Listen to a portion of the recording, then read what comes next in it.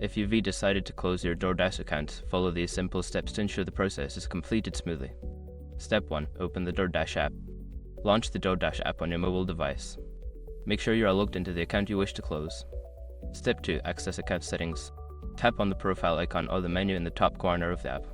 From the menu, select Account to access your account settings. Step 3. Find Account Management. Scroll down to find the Account Management section.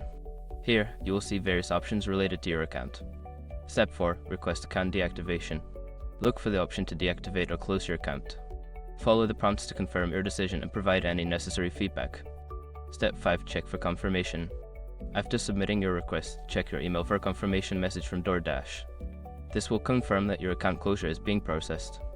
Once you've completed these steps, your DoorDash account will be scheduled for closure.